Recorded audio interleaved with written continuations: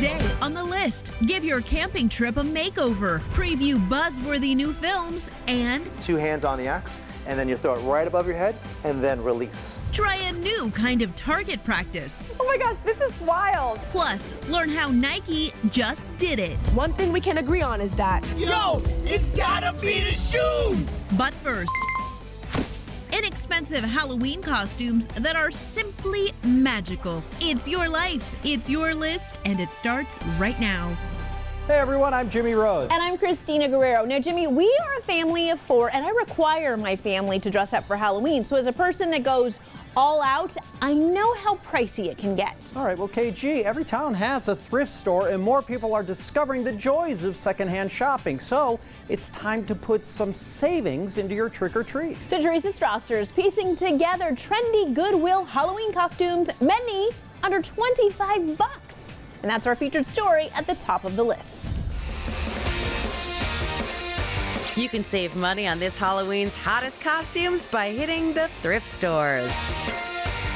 We asked Goodwill spokesperson Leah Soto Graham to put together several options for under $25, and wow, she delivered. I'm eyeballing the pink sparkles. Some Goodwill employees and I got to try them all on.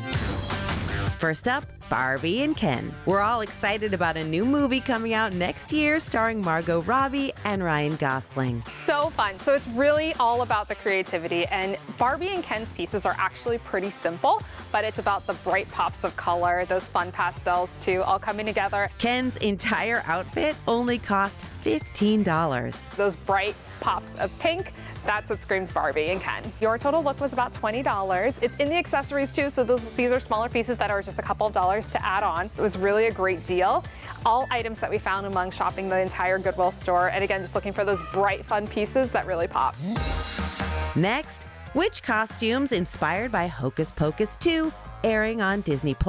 We loved her red hair, and when we saw this dress, the beading, the intricate nature of it, paired with the black robe and the red buckled Mary Jane shoes, it just all came together so perfectly.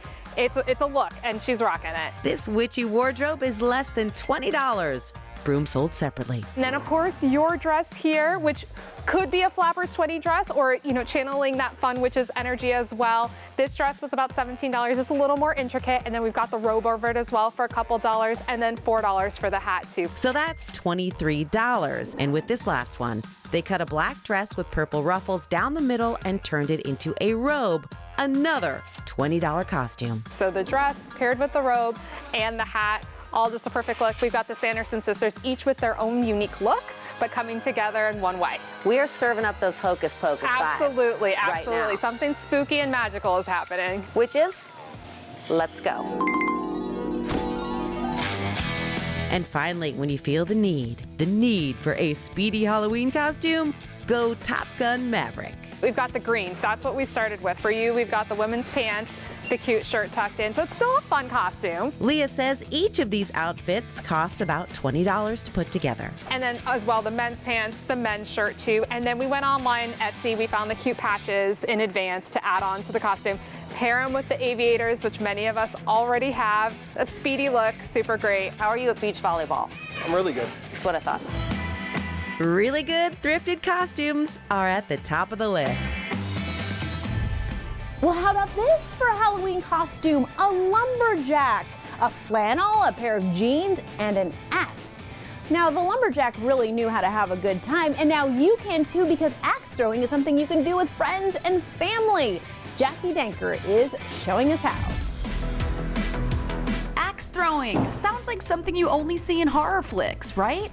Well, not anymore. Axe throwing is so much fun. You get that power, that speed, and also that competition between friends and family. It's a great time. So to learn some axe throwing basics, we went to Octane Raceway in Scottsdale, Arizona to chat with Chief Operating Officer of Octane Entertainment, JP Mullen. First of all, let's go through some safety precautions. So when someone gives me a really sharp object, I need to be safe. How can we be safe during axe throwing? Well, I mean, it starts out with what you're wearing. So you did a great job having something loose, comfortable. He says you don't want to wear a hooded sweatshirt or anything baggy. You just don't want to have any impediments to the axe. Got it. Closed-toe shoes is also super important as well. And then look out for the no-go zones. So nobody goes past the yellow line. That's the safety area. Okay. And then the red line is where you get to throw. It's just a good recommendation of where you go. Got it. And he says never hand the axe off after your turn. We always put it in the axe bin on the side, so as soon as you're done, you can go there too. And JP says to be successful, you have to throw the axe properly. The number one thing, it's not about how hard you throw the axe. So a lot of people go there and they throw it as hard as possible. Right. And it over-rotates. So When you're throwing it, you have a single rotation and it sticks right on there. If you throw it too hard, it'll actually hit the handle, or if you throw it too soft, it won't stick and it'll under-rotate. Got it. Okay, so slow and steady wins the race with this. And then what about the stance? So there's two ways to throw. One is my favorite, it's the two-handed throw. And so you're gonna have your hips wide, feet kind of at your shoulder length, and then you'll have two hands on the axe, and then you throw it right above your head, and then release. Oh my gosh, this is wild. And the other is a one-handed throw. You're gonna have one foot in front of the other, and you just hold it up to the left side, and then release. Oh! 6. Finally, let's talk about how to play. And most places will have this traditional target game. So you have the 6 points in the center, and then as you get out the ring, there's less and less points. And there are 2 blue dots on each side of the board. Those are 8 pointers. They're real tough to do, but if you do it and you nail it, that's a great way to get points. And the name of the game is to get the most points. Most points, 10 throws, and then we'll alternate between each other. Let's grab an axe. Yeah, I'm so excited. And then hold that follow through.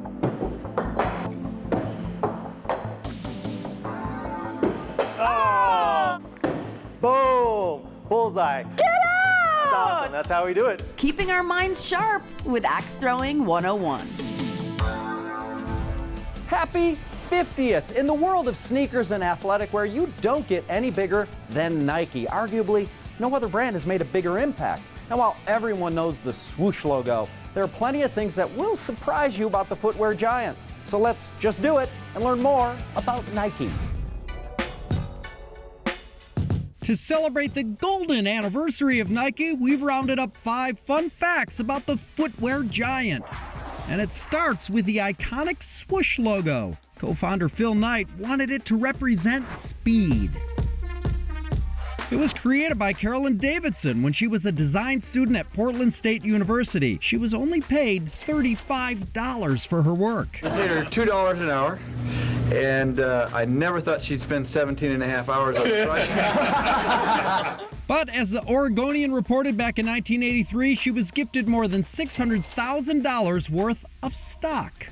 Wow. Up next, sneaker culture got its unofficial start in 1985 with the launch of Nike's Air Jordan 1. Made famous by basketball player Michael Jordan, Nike now makes more than $5 billion a year off the brand. Emmy award-winning commercials are the next step in our anniversary celebration, and each one tells a story. The year 2000's The Morning After played on our fears of Y2K.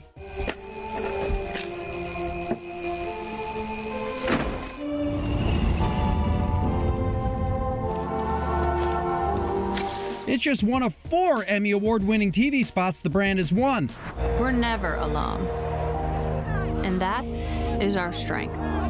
The latest, You Can't Stop Us, features unique split-screen editing and an uplifting message of unity through athletics. And no matter how bad it gets, we will always come back stronger. At number 4, Nike helped make movie magic in Back to the Future 2. Known as the Nike Mags, the Autolace shoes were released in 2011 and 2016 in very limited quantities, and YouTube channel Sneaker News got to try them out. We'll tie a bow on our Nike anniversary with a Spike Lee tribute mini-movie. You know, I've seen it all before. The legendary director of classics like Do the Right Thing and He Got Game reprises his Mars Blackman character from 1989's She's Gotta Have It. I was there. We're celebrating 50 years of Nike. Still Still to come on the list. I mean, I packed eyelashes, I'm not gonna lie. Yeah. Add some glamour to your next camping trip. I was so excited to see a shower in a tent. Plus, learn DIY tips and tricks from TikTok. Here's how they look painted and not painted. And do you ever find yourself overwhelmed by emotion? New fall films you won't want to miss. She could potentially be the Best Actress winner next year from this movie. Next on the list. YouTube, they say the 1,000-mile journey begins with the first step. Next thing you know, you're halfway to your destination. Like right now, you clicked on this episode about 10 minutes ago, and just like that, here we are in the middle of the show. It's truly amazing, right? Busting in here to ask you to please subscribe and maybe turn on notifications. And here's the upside. You will never miss a minute of the list. Okay, let's get back to the journey. You know, the episode. The journey is a metaphor because you're probably sitting down right now. Okay, just enjoy. Welcome back, friends. All right, Jimmy, so for some people, a great getaway involves unspoiled nature and sleeping under the stars, but for others, it's all about a luxurious spa. Well, hey, you can actually enjoy the best of both worlds. Great outdoors, but with a nice soft mattress, plenty of hot water. And a working potty. It is called glamping, and I had the chance to head to one of the most beautiful places you can imagine to give it a try. Okay, some people are good at the great outdoors. I think I'd be better at glamping. Let's go in. Oh my gosh, this is amazing. We've got this big, huge, comfy bed. Glamping is an elevated, more upscale version of camping. So it has all the amenities already provided for you, like the tent and the bathrooms and all the on-site activities, without really having to worry about planning and packing your gear, pack it in, pack it out. If you like nature and you have an open mind, you can really enjoy it. To learn more about glamping, we went to the Grand Canyon and met up with Jacqueline Starkey at Under Canvas Grand Canyon. First, you make reservations just like a hotel, but instead of a room, you pick your tent. We have a few different style tents. Our safari tents are the ones that have the communal bathhouse, but they also have a king-size bed, a wood stove, lanterns, battery packs. They also have tents with private bathrooms and a viewing window above the bed for stargazing. I mean, I was so excited to see a shower in a tent. I'm like, the best of both worlds. I can be outdoors and I cannot be stinky. And if you're traveling with kids, there's also kids tents that specific tents come with. So families really enjoy booking a kids tent, which has 2 twin beds in it. Once you've picked your tent and made a reservation, what to pack? I packed eyelashes, I'm not gonna lie. Yeah. We really provide all the basic essentials like shampoo, body wash, conditioner. If you forgot something, most glamping sites have a store on site. So really what you'll need to bring is good shoes, maybe a wide brim hat, sunblock. And if you think glamping will be sitting in your luxurious tent all day and night, think again. It's all about making the most out of your experience. We have a guest experience coordinator on site at all of our locations, so they can help you plan any tours you want to do, like Jeep tours. These are the 2 most popular hiking trails going down into the canyon. Guided hiking, kayaking tours at our water locations. And if you don't want to leave the campsite, we have free activities for kids. We do coloring contests, bracelet making, trivia night, bingo. And then almost all of our locations do live music or yoga on a very regular, if not daily basis. And don't think we forgot about the most important part of glamping, the food. Definitely recommend the brisket tonight. Great, I'm gonna do the brisket. We have a restaurant on site. Almost all of our locations have some type of food or like coffee on site. Be sure to check the accommodations at your glamp site ahead of time. And even though we're glamping, we're still gonna keep the tradition of making s'mores by the fire. Best part of camping. We're heading to the great outdoors, glamping edition. If you're looking for some great ways to spruce up your home, Teresa Strasser's rounded up some top DIY TikTokers who have all kinds of interesting ideas and approaches. Hey, Teresa. Thank you. With more than 200 billion views, hashtag DIY on TikTok is inspiring everyone who watches. We found 3 DIYers in particular that we think you should give a follow. Coming in at number 1, DIY Kristen. I have a vision for my backyard, and the way it's looking is just not the vibe, so we are going to start making it over. Kristen Whipple is helping DIY your home decor, and she knows how to work a dollar. Here's where we're at on our budget-friendly makeover. We're only spending like $300 in this room, so let's get to it. She shares her videos to show us anyone can take a DIY project and make it look pro. I think the stain turned out really great on the shelves, and I think it matches the desk perfectly. As a recovering TLC home makeover show host, I approve.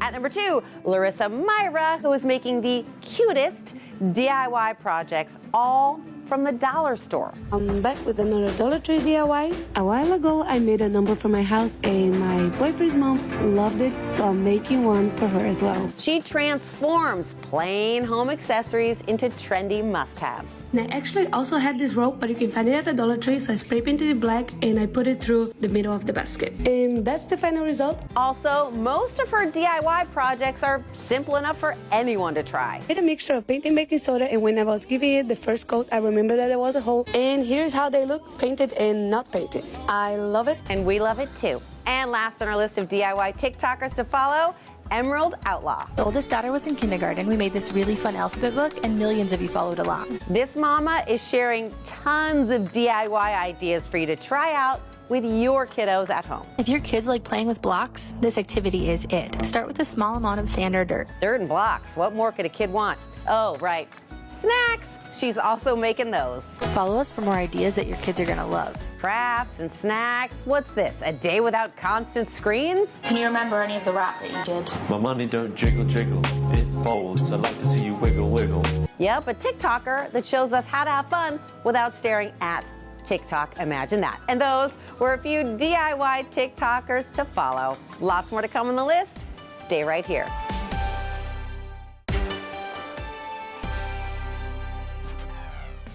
Welcome back, friends. All right, on today's watch list, lots of folks set aside time to see blockbusters, right? But what about those smaller movies that don't have massive marketing campaigns? Hattie DeJamal is checking out some new under-the-radar films that deserve a look. 2022 has seen a dizzying amount of exciting new movies. There's a lot of different comic book movies and big blockbusters out there, but in October alone, there are so many fascinating under-the-radar movies, and here are some of my picks. Talking about his favorite picks of potential sleeper hit movies is film critic Zachary Pope. Starting with Tar. You want to dance the mask, you must service the composer. This movie is very mesmerizing and spellbinding. I'm worried. She's starting to disappear into herself. This movie stars the two-time Academy Award winner, Cate Blanchett. Which has already been getting a lot of buzz due to her performance, and maybe even Oscar buzz that she could potentially be the Best Actress winner next year from this movie. Tar is playing in select theaters now. Up next, Mona Lisa and the Blood Moon. She's a fugitive. This movie is really about me wanting to figure out a way to understand the joy of human connection in a crazy, chaotic world. You don't sound like you're from around here. I mean, you live in New Orleans? This movie has Kate Hudson playing the role of a struggling single mother, Bonnie, who befriends a mysterious mental institute escapee with supernatural powers. For me with Bonnie, that freedom in not caring, I like that place. So to play that to me was liberating and fun and something inside of me that I wish I had more of. I knew something freaky was gonna happen tonight. It's a full moon, I feel it in my ovaries, I swear to God. Catch Mona Lisa and the Blood Moon in select theaters and video on demand. And finally, Armageddon Time. The United States stands for an idea whose time is now. Armageddon Time seems to be a spanning American dream coming-of-age story that really dives into that American dream. This movie stars Anne Hathaway, Jeremy Strong, and Sir Anthony Hopkins. I'm really excited to see what performance he gives. This guy always turns in stellar performance after stellar performance. You're gonna be a mensch, okay? Firm handshake. Okay, give me a hug. Armageddon Time releases in theaters October 28th. Under the radar movies you might want to check out on the watch list. You know, you can really find some gems that are under the radar and then blow up to be the next biggest film. I'm thinking Blair Witch Project, Little Miss Sunshine, Napoleon Dynamite, Hoop Dreams. Yeah, they go mainstream. That's right. Well, here's another under the radar concept that might blow up. Animal parenting styles. Last on our list is next.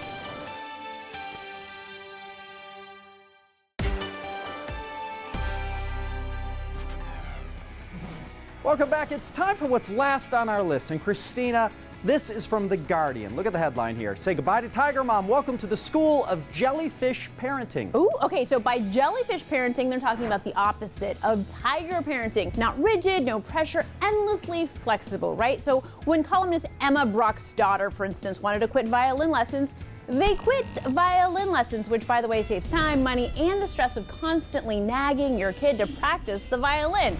I think I'm a jellyfish. Okay, well, this got me to thinking, KG. Oh, you're thinking again. What other kinds of animal parenting are out there? So I found a Wall Street Journal blog post by Alan Paul, and look at this title, Tiger Mom, Meet Panda Dad. Oh. He says a panda dad is a cuddly dad who's not afraid to bare his claws when necessary. Oh, I like that one. Then there's dolphin parenting, which stresses the power of play and social connections. And dolphins always look like they're smiling, so it can't be all that bad, right? Okay, Jimmy, what parenting style were you raised in?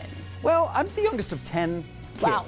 Yeah, so my parents were over the idea of having arguments about piano practice.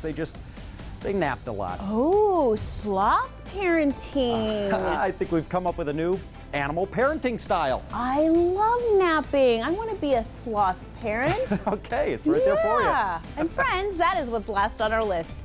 YouTube! That's it. The episode's over. Nothing more to see here. Go home to your families. Wait, you're already home? All right, well, let's queue up some more episodes for you. First, just please give this one a like, leave a kind or maybe a constructive comment, and what the heck, go ahead and subscribe while you're at it. Okay, about those new episodes. Boom. There you go. Just for you.